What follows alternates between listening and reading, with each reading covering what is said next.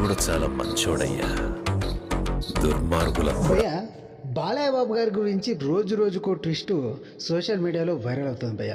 బాలయ్య బాబు గారు NBK 109 movie చేస్తున్న విషయం అందరికీ తెలిసిందే. కాకపోతే దానితో పాటు బాలయ్య బాబు గారు ఇప్పుడు అన్ని సినిమాలను పక్కన పెట్టి ప్రశాంత్ వర్మ దర్శకత్వంలో మూవీ చేయబోతున్నాడు అనేసి అయితే సోషల్ మీడియాలో వార్తలు వస్తున్నాయి భయ్య. అది ఎలా అని ఆలోచిస్తే భయ్య, ప్రశాంత్ వర్మ డైరెక్షన్లో మన నందమూరి బాలకృష్ణ గారి కొడుకు మోక్షజ్ఞ గారి ఎంట్రీ ఉంటుంది అనేసి అయితే రీసెంట్గా సోషల్ మీడియాలో వార్తలు వస్తున్నాయి. అలాగే ఇది కన్ఫర్మ్ అయ్యే విధంగా కూడా మోక్షజ్ఞ కూడా ఒక పోస్ట్ని అయితే చేయడం జరిగింది ఎక్స్లో.